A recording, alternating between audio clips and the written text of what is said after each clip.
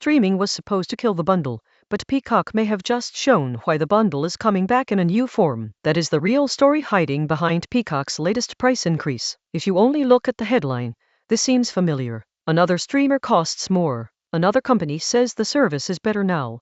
The market is more competitive, and the product needs a stronger financial base. We have all seen that story before, but Peacock's August 2026 moment is more interesting than that, because Peacock is not only raising prices, it is doing that right after NBC Universal said the service reached profitability, right after Peacock hit 48 million subscribers, and just weeks after NBC Universal and YouTube announced a partnership that will bundle Peacock Premium with YouTube Premium in the United States starting in early 2027. Put those pieces together and you get a much bigger picture. Peacock is becoming one of the clearest examples of what streaming turns into once the growth at all costs fantasy wears off. And what it turns into looks a lot less like the old dream of endless standalone apps and a lot more like a rebundled media system built around packaging, convenience, sports, advertising, and distribution leverage. That is why this is worth slowing down for. For years, streaming sold itself as the cleaner alternative to cable. Fewer contracts,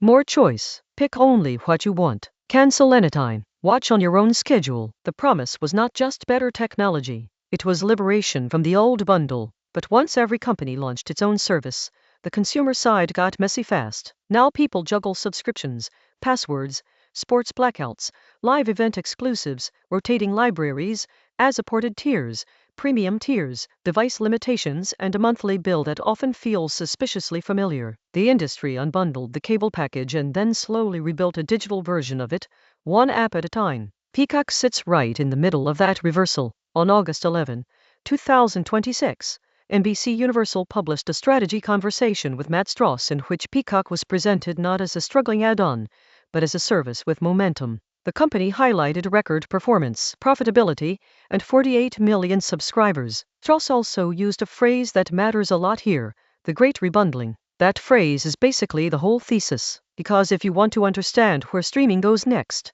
you should pay attention to companies that stop acting like pure direct-to-consumer disruptors and start acting like smart distributors again. And then came the price increase. On August 18, 2026, Peacock raised prices across multiple plans. That move is annoying for subscribers, obviously, but from a strategy perspective, it tells you Peacock thinks its position is stronger now. Services do not usually press pricing when they believe they are weak and replaceable. They do it when they think they have enough useful programming, enough habit, enough sports gravity, enough ad-tier logic, or enough broader ecosystem leverage to hold people.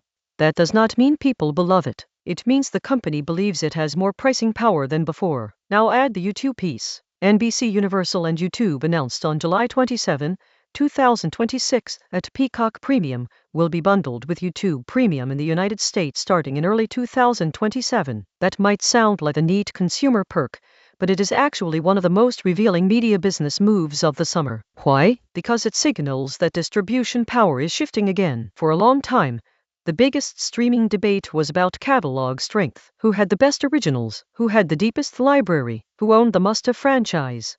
Those questions still matter, but they no longer explain the whole game. The next fight is about who controls the easiest path into a paying entertainment relationship. YouTube Premium already has scale, habit, and a clear reason to exist for millions of people. Peacock has premium entertainment, live sports, and NBC Universal's broader portfolio. Put them together and you get something very close to a modern bundle, a service people already use every day paired with a service that wants broader reach, lower churn, and a stronger default position in household spending. That is not an accident. It is a recognition that app-by-app customer acquisition is expensive, churn is brutal, and people increasingly want fewer subscription decisions, not more. In other words, the anti-cable era is learning why cable bundled things in the first place. Not because cable companies were always clever about user experience, often they were terrible at it, but because packaging reduces friction, stabilizes revenue, and lets companies cross-subsidize different kinds of content behavior. Peacock is especially useful as a case study,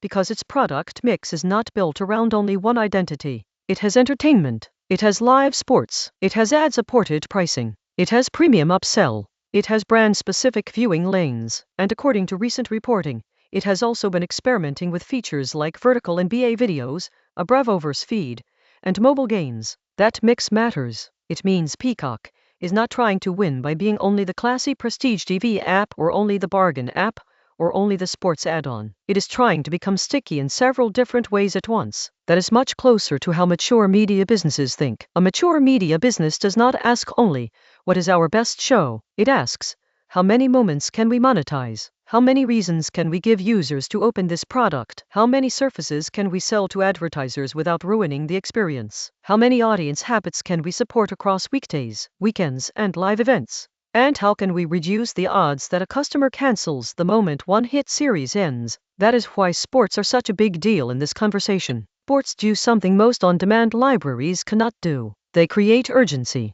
They create appointment viewing. They create social conversation while the event is happening, not only after. They also help justify subscription payments in a way that passive catalogs often struggle to do once novelty fades. Peacock's role in sports makes it more than a shelf of NBC content. It makes Peacock feel like part of a routine. And routine is one of the most valuable things any subscription product can own. The ad-supported angle matters too. When streaming first sold itself as an escape from old television, ads were often framed as the thing people wanted less of. But now ad-supported tiers are central to the model. Why? Because they widen the funnel, support lower-priced entry points, and give companies more levers than subscriptions alone. If you combine ad tiers, premium upsells, sports, creator-style discovery experiments, and future bundles, you do not just have a streaming app, you have the outline of a full-stack attention business. That is why I think Peacock is such a useful lens right now. It shows that the industry's next goal is not simply get people to stream NBC shows online. The goal is to build a service flexible enough to fit multiple habits,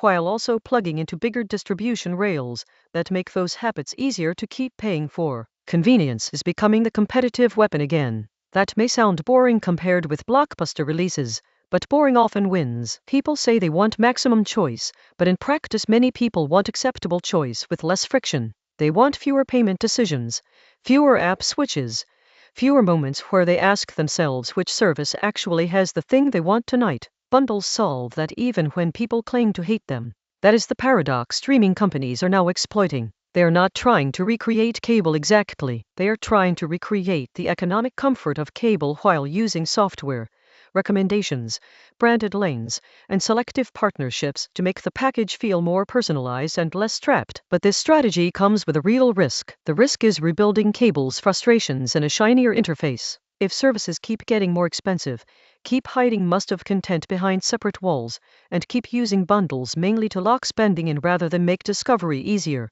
then viewers will feel like the industry learned the wrong lesson. And there is another risk for Peacock specifically. When a service tries to be a lot of things at once, it can also become vague.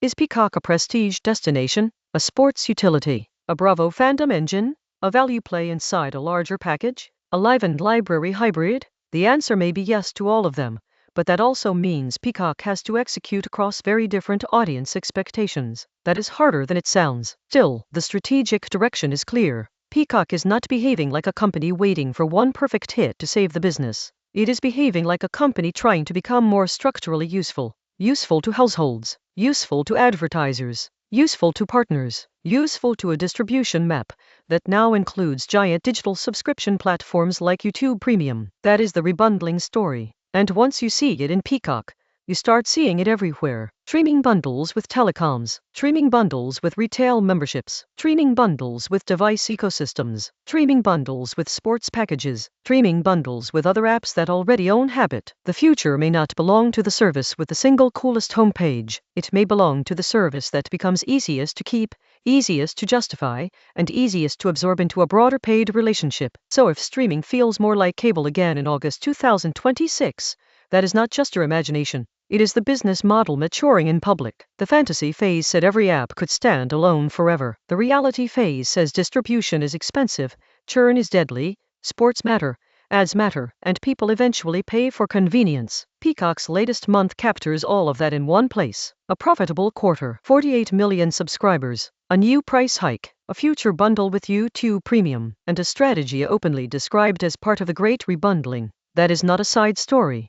That is one of the clearest explanations yet of what streaming companies actually want now. They want the flexibility of apps, the targeting of digital advertising, the habit loops of platform products, and the revenue stability of the bundle. So the biggest Peacock story is not only that Peacock got more expensive, it is that Peacock may be one of the cleanest previews of where the entire streaming business is heading next. And that future looks less like the death of the bundle, and more like the bundle getting a software update.